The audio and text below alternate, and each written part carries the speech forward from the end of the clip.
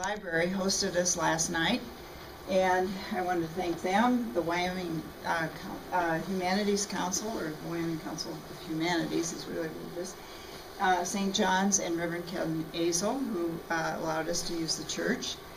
The Jackson Hole Center for Global Affairs and David Wendt, who is my co-chairman of this event. Thank you very much for joining us tonight. And also I'd like to thank Eddie and Tim Donnan, Suzanne Harris, the Jackson Hole News and Guide, Winter Graphics, and Carolyn and Bruce Houghton. So anyway, without them, this would not have been possible.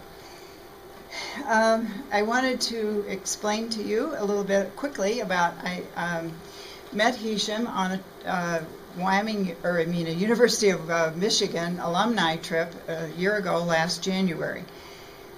It was a trip to Egypt and to Jordan, and he was the official guide for my section of the group. And when I got acquainted with Hisham and his knowledge of, he's a scholar in Egyptology as well as archaeology and has a fantastic ancient history, knowledge of ancient history.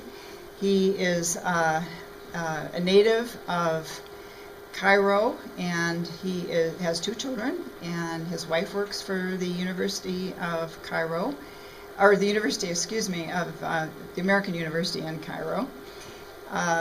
And he has been lecturing in England as well as Egypt and now in the United States. I'm very pleased to have him back. He did 4 lectures last summer, and some of you may have heard some of them. When he had his experience in Tahrir Square during the revolution in Egypt this year, I thought, wow, he's got so much to offer. Let's bring him back. So that was yesterday, and I'm sorry if you missed that because it was a great talk. And so anyway, I'd like to introduce and have you welcome Hisham Minyawi.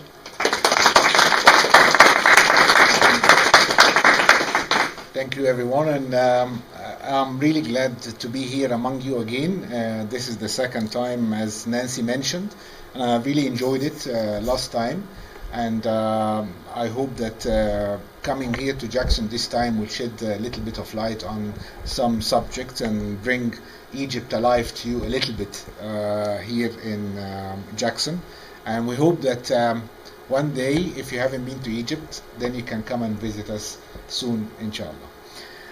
So our today's topic is about the coming of the Israelites into Egypt and the Exodus as well. Before we talk about this subject, I would like to explain a little bit about Egypt and its location. Egypt is an African country, so according to the map, as you can see, that's the Mediterranean. Here is the borders of Egypt. From the south is Libya. From the west is Libya. From the south is the Sudan. And from the east is the Red Sea. Here you can see the Gulf of Suez, and that's the Gulf of Aqaba. And in the middle is Sinai. Sinai is the only part of Egypt which is located in Asia, and it is forming about less than 10% of the land of Egypt. So we still consider Egypt as an African country. Yeah?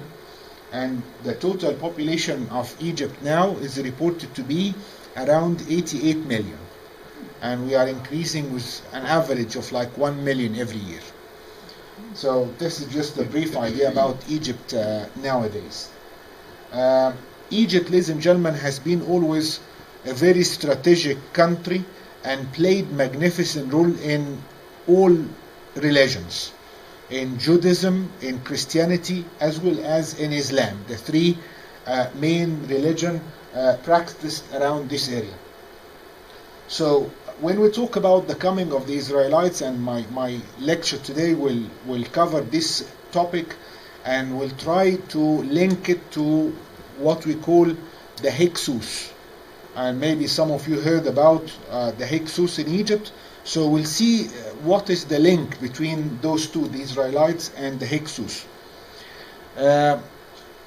When we study the Egyptian history, so we need to think, what are the sources